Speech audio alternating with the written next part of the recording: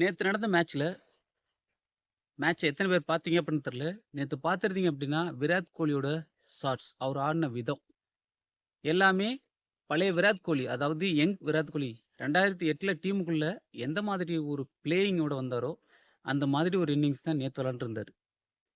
பிரசித் கிருஷ்ணா அவரோட ஓவர்ல step out பண்ணி எக்ஸ்ட்ரா கவர் மேல ஒரு ஷாட் ஆடியிருப்பாரு. அது 6 அடிச்சுட்டு அவரே அம்பயர்ட்ட சொன்னாரு 6ன்னு.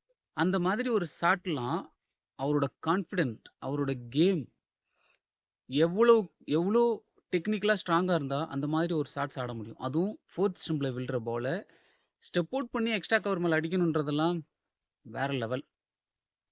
இந்த ஷாட்லாம் பார்த்து ரொம்ப வருஷம் ஆகுது விராட் கோலி கிட்டேருந்து. ஸோ இந்த மாரி அவர் ஆடுனாரு அப்டின்னா, அவரோட ஃபார்ம் அப்டின்றது வேற லெவல்ல இருக்கு அப்டின்னு அர்த்தம். 2016ல எப்டி ஒரு ரெக்கார்டிங் ஸ்கோர் பண்ணாரோ, அதாவது 900 ரன்னுக்கு மேல அடிச்சிருந்தாரு 2016 ஐபிஎல்ல.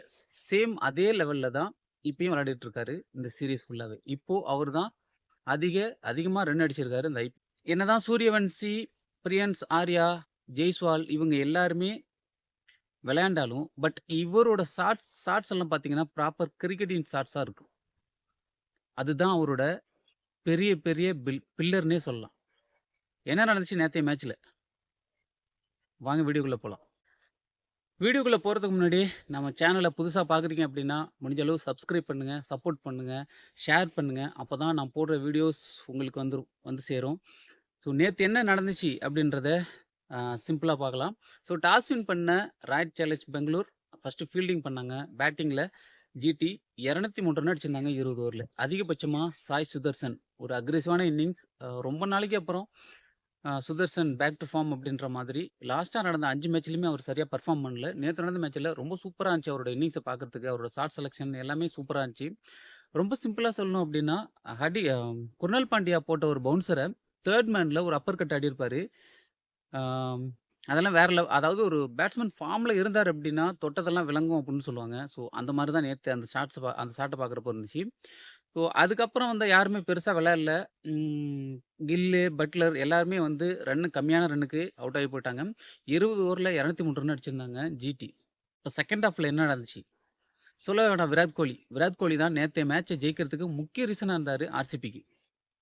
சிராஜ் ஓவர்ல சிராஜ் கரெக்ட்டா ஒரு ஷார்ட் பேண்ட் விக்கெட்ல ஃபீல்டிங் செட் பண்ணி பந்து போட்டாரு. 3வது பால்லயே விராட் கோலி அவுட் ஆகி வெளில போ வேண்டியது சேசிங்ல.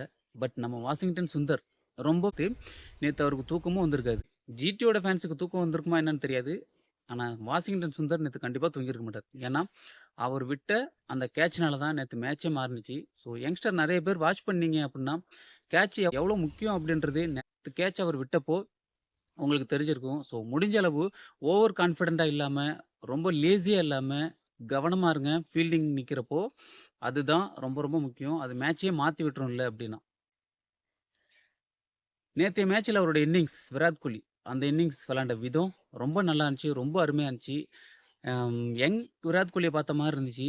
மறுபடியும் அவரு அதிகமா ரன் அடிச்சு, ஆரஞ்ச் கேப் நேத்து வின் பண்ணியிருக்காரு. பார்க்கலாம் இந்த சீரிஸ்ல அவர் எவ்வளோ ரன் அடிக்க போறாருன்றது அவருக்கு மட்டும் தான் தெரியும்.